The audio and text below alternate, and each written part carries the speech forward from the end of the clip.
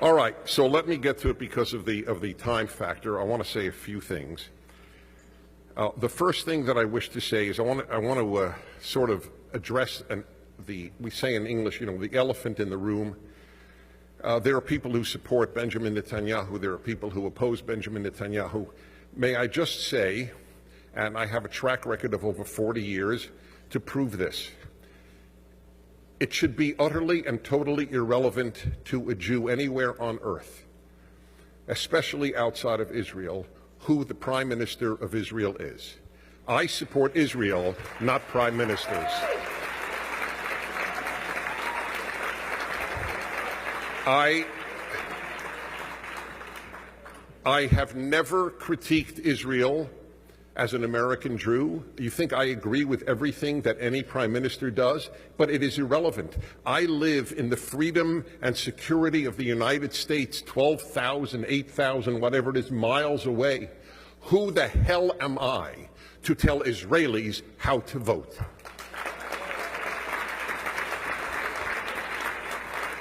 So I feel deeply passionate about this. I find it chutzpah, audacious, and wrong. I support Israel if there is a left-wing prime minister. I support Israel if there is a right-wing prime minister. If you want to critique, make aliyah. Then you can yell and scream and demonstrate all you like. But from the United States, give support to Israel.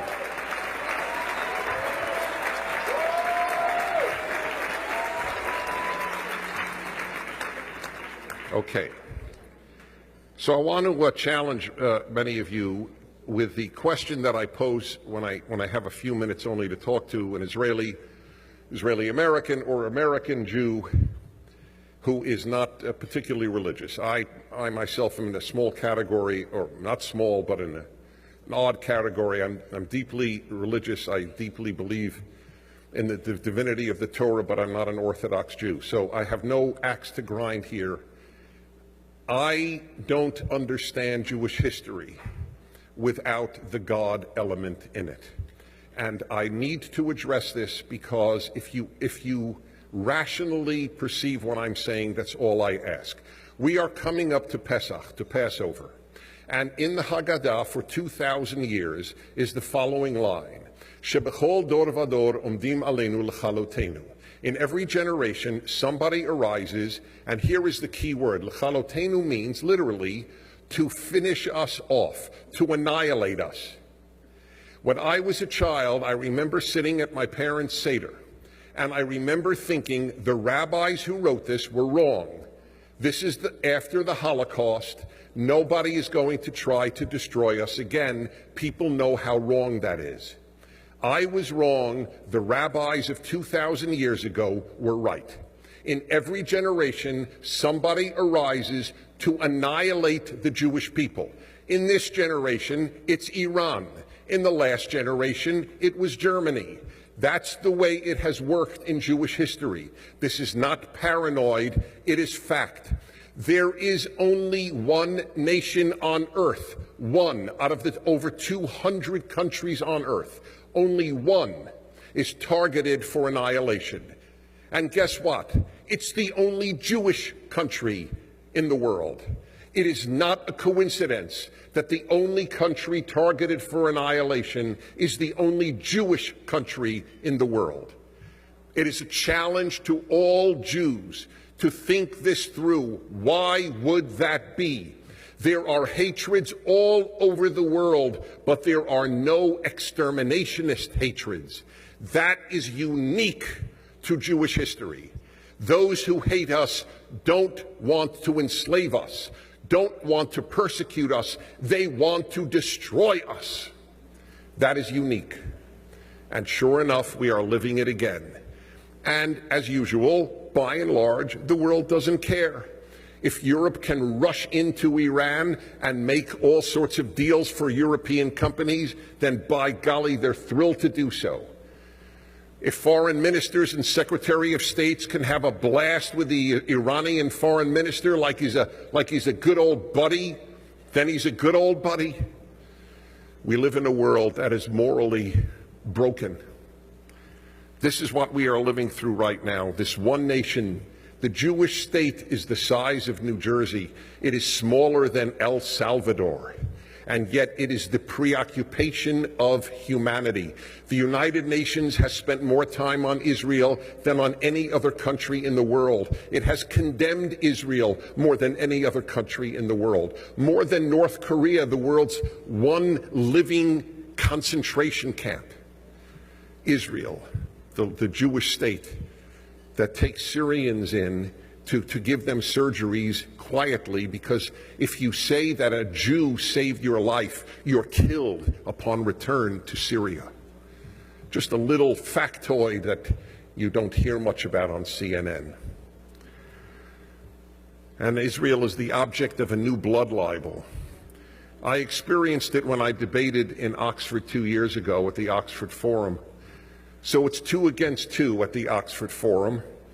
And one of the two that I was debating, well, I think I should tell you about both.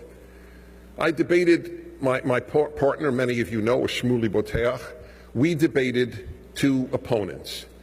One of the opponents was a professor at Oxford, a man named Avi Shleim, Israeli, and he devotes his life to hurting Israel. That is his main cause, to hurt Israel in academia. An Israeli, mind you. By the way, I need to say this with great sadness. I don't think any people has produced as many unhealthy people as the Jewish people have. And I say this with sadness. Part of it is, I believe, the horrible history of extermination, the Holocaust, the persecutions. Whatever the reason, there is a disproportionate number of Jews who hate being Jewish. But they don't merely hate being Jewish. They devote their lives to hurting the Jewish state. There is no parallel. It would be like blacks for the South African regime. Were there any blacks defending the South African regime? Why are there Jews who are anti-Israel? It's a phenomenon. It's a sickness. It's a sickness of the soul. Anyway, the other person we debated was a woman who got a PhD under this man from Berkeley, an Iranian American. And she said, it's on video. You can watch it tonight on YouTube. She said, Israel is doing to the Palestinians what the Nazis did to the Jews. She said this in front of 400 students at Oxford University. And no one except myself, as it happens, obviously, called her out on it. This is equivalent to the blood libel. There is no difference, morally or factually. There is no difference between that libel and the blood libel that Jews would kill Christian children to use their blood to bake matzahs. And they won the debate. Oxford students voted that they won. You know what the subject was? Is Israel or Hamas the greater obstacle to peace in the Middle East? Oxford students voted that Israel is a greater obstacle to peace than Hamas. As I said to them in that debate, it would be like voting, or first of all, it would be like having a debate in the 1930s. Who was the greater obstacle to peace in Europe, Hitler or Churchill? And you're going to vote that Churchill is the greater obstacle to peace. That is how sick the world is morally, and how many Jews don't understand this sickness. Because it is not only this exterminationist idea that Iran has, and the United Nations and its sickness, it's the university. The university has become the single most anti-Israel institution in America.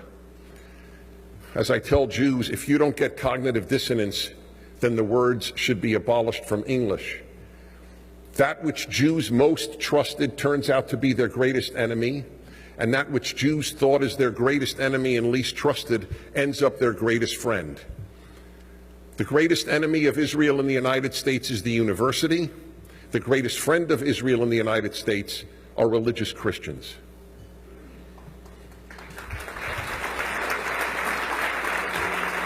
Not exactly what Jews would have predicted, is it? Jews live to send their kid to Cornell. That's the meaning of life for most Jews, what college their kid goes to. Well, let me tell you this, it doesn't matter what college your kid goes to, because whatever college your kid goes to, they will learn to despise Israel. That's the sick fact of life as it exists right now. And now I come to you, and finally, the importance of IAC and the importance of Israeli Americans. Number one, no one can talk with the authority that an Israeli can talk. When you answer these charges, it is more powerful than if I do. You lived it. You are it. You must speak out. Israelis who are quiet in the United States are a puzzle to me. I don't understand them. This room should be 6 times filled more with Israeli Americans. Do you not understand? I would just say to this is, do you not understand? Don't you have aunts and uncles back in Israel? Don't you have cousins? Or your parents or nephews, nieces?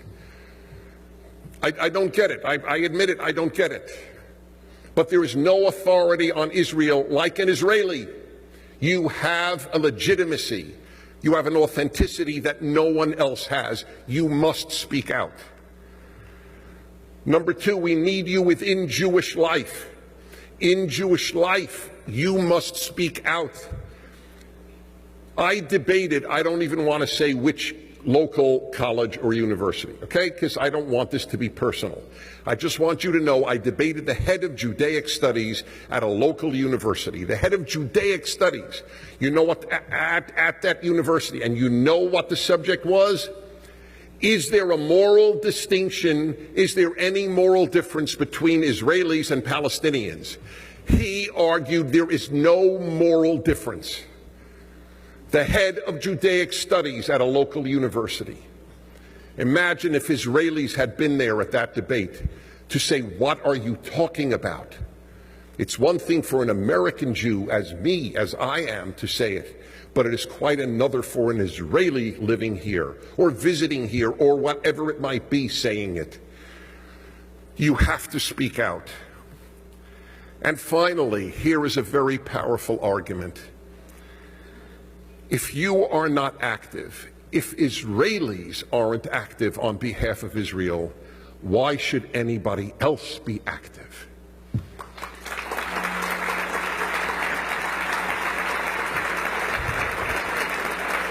If that argument doesn't do it, then nothing will.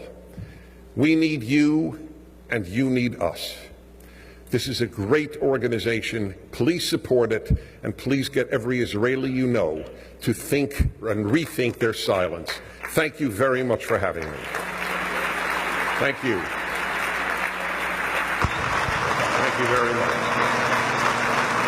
Thank you.